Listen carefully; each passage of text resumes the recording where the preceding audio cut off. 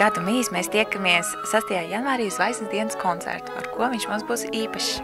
Pirmkārtām ar to, ka tas koncerts notiks pēc 5 gadu pārtraukuma.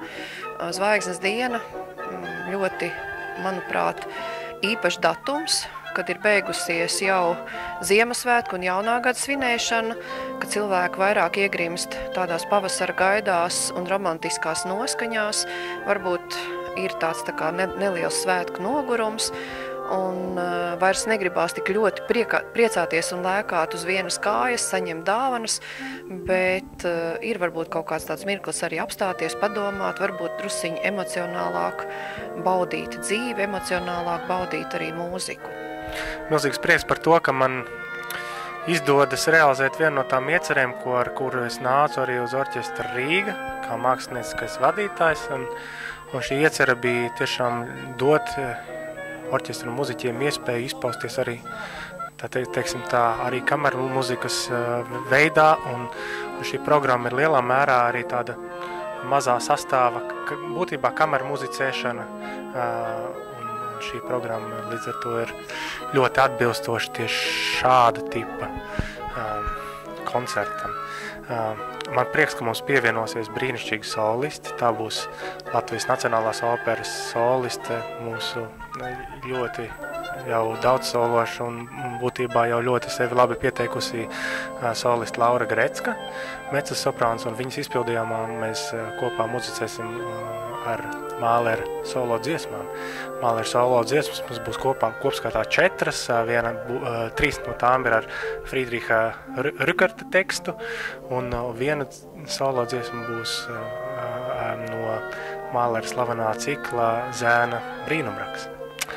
Un otrs solists mūsu koncertā būs Jekaterina Suvorova, arfiste, un viņa spēlēs ļoti, ļoti interesantu skaņdarbu. Šis skaņdarbs ir Claude Debussy radīts skaņdarbs īpaši tādam instrumentam kā chromatiskā arfa. Un chromatiskā arfa būtībā, tas bija tāds pasūtījums Claudam Debussy no vienas tādas instrumentu fabrikas, kas tieši prezentē šo jauno instrumentu, lai konkrēti šim jaunajam instrumentam šīs skaņdarbs tiek uzrakstīts. Tad Debussy to veiksmīgi izdarīja, bet kā tur bija, kā tur nebija, kā tur iegājās, kā tur neiegājās, šī chromatiskā arfa, diemžēl savu tādu konkurences cīņu neizcīnīja un joprojām līdz mūsdienām ir vairāk populārāka un aktuālāka tieši pedāļu arfa, un šīs arfas arī mūsdienās būtībā visas arfisti solisti arī šo skaņdarbu atskaņo.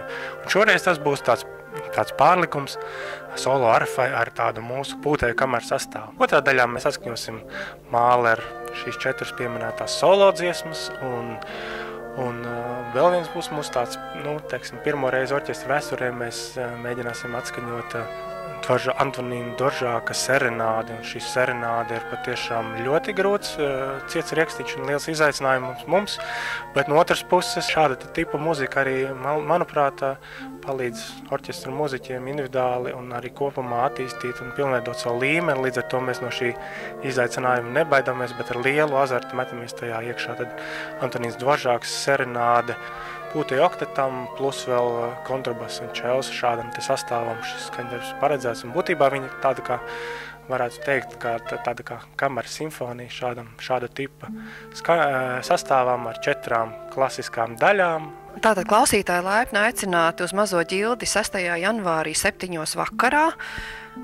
Franču impresionisti, Ravels Debussy, Mahlera solo dziesmas un Dvoržāka serenāde pūšam instrumentiem.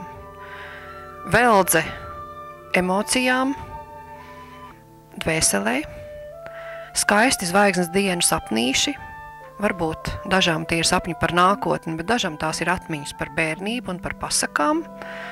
Katrā ziņā kādreiz 18. gadsimtā Rīgā dzīvojošais vācu mūziķis Johanns Gottfrieds Mītels ir teicis, ka viņš klavesīnu spēlējot tikai tad, kad Rīgas bruģi klājot sniegs, jo tad viņam netraucējot zirgu pakavu dipoņa. Mēs ļoti ceram, ka Zvaigznes dienā būs balts sniegs un kad arī nekas netraucēs šī koncerta brīnišķīgo, nedaudz klusināto Zvaigznes dienas noskaņu.